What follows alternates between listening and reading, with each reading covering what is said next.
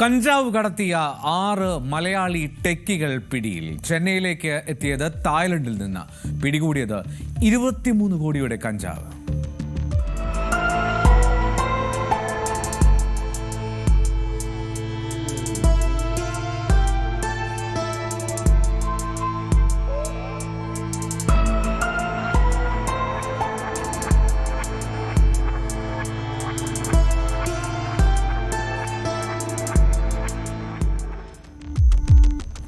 ചെന്നൈ വിമാനത്താവളത്തിൽ കസ്റ്റംസ് ആണ് ഈ സംഘത്തെ പിടികൂടുന്നത്.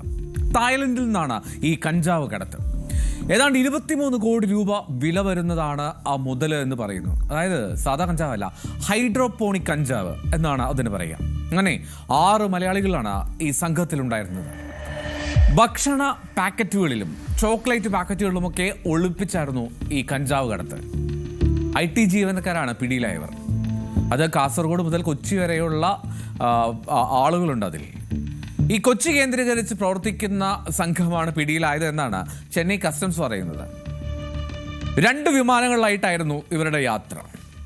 ബാങ്കോക്കിൽ നിന്ന് 4 പേരടങ്ങുന്ന സംഘം ആദ്യമെത്തി.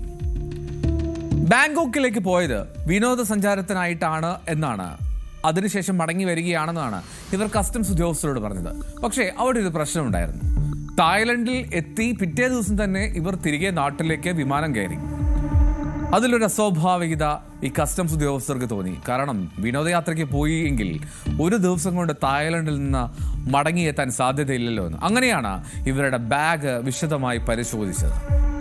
15 കിലോ ഹൈഡ്രോപോണിക് കഞ്ചാവാണ് ഈ ആദ്യ സംഘത്തിൽ നിന്നും കണ്ടെത്തിയത്. രാജ്യാന്തര വിപണിയിൽ ഏതാണ്ട് 15 കോടിയോളം രൂപ ഇതിന് വില വരും. ബാങ്കോക്കിൽ നിന്ന് പുലർച്ചെയോടെ 2ാമത്തെ വിമാനമെത്തി. അതിലും സമാനമായിട്ടുള്ള ഒരു സംഘമുണ്ടായിരുന്നു. അത് 2 പേർ. ആദ്യത്തേതിന് സമാനമായിട്ടുള്ള സംഭവങ്ങളാണ് അവരും പറഞ്ഞത്. തായ്ലൻഡിൽ നിന്ന് എത്തിയതിന് തായ്ലൻഡിലേക്ക് എത്തി പിറ്റേ ദിവസം തന്നെ ഇവർ നാട്ടിലേക്ക് വിമാനം കയറി. അങ്ങനെ അവരുടെ ബാഗും പരിശോധിച്ചു. ആ ലഗേജിനുള്ളിൽ ഉണ്ടായിരുന്നു 8 കിലോ ഹൈഡ്രോപോണിക് കഞ്ചാവ്. ഏതാണ്ട് 8 കോടിയോളം രൂപ രാജ്യാന്തര വിപണിയിൽ ആ കഞ്ചാവിന് വില വരും. അങ്ങനെ 15 + 8 23 കോടി രൂപയുടെ ഹൈഡ്രോപോണിക് കഞ്ചാവാണ് ചെന്നൈ കസ്റ്റംസ് ഈ മലയാളികളിൽ നിന്ന് പിടിച്ചെടുത്തത്. ഈ 6 പേരും കേരളത്തിൽ നിന്നുള്ള ബിരുദധാരികളാണെന്നാണ് കസ്റ്റംസ് പറയുന്നത്. സോഫ്റ്റ്വെയർ എഞ്ചിനീയർമാരാണ് ഇതിൽ കൂടുതൽ പേരും. വിദ്യാഭ്യാസം നല്ല രീതിയിൽ കിട്ടി, പക്ഷേ അതിനനുസരിച്ച് ഉള്ള ജോലി ലഭിച്ചില്ല.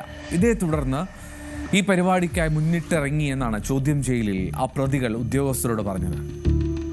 തുച്ഛമായിട്ടുള്ള വരുമാനം കൊണ്ട് ആഡംബര ജീവിതം അത് സാധിക്കുന്നില്ല, അതിനുള്ള പണം തികയുന്നില്ല.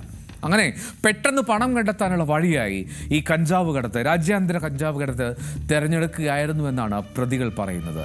ഒരുപക്ഷേ അത് അവരുടെ നിസ്സഹായ അവസ്ഥയായിരിക്കാം. വലിയ വിദ്യാഭ്യാസം നേടിയിട്ടും ഉയർന്ന ജോലി കിട്ടാതെ, വേണ്ടത്ര ശമ്പളം കിട്ടാതെ ഇത്തരം ഒരു ക്രൈമിലേക്ക് ഇറങ്ങേണ്ടി വരുന്ന സാഹചര്യം പക്ഷേ ഒരിക്കലും പ്രോത്സാഹിപ്പിക്കാൻ കഴിയില്ലല്ലോ. അതുകൊണ്ട് തന്നെ ആ 6 മലയാളി പയ്യന്മാരും ജയിലിനകത്താണ്.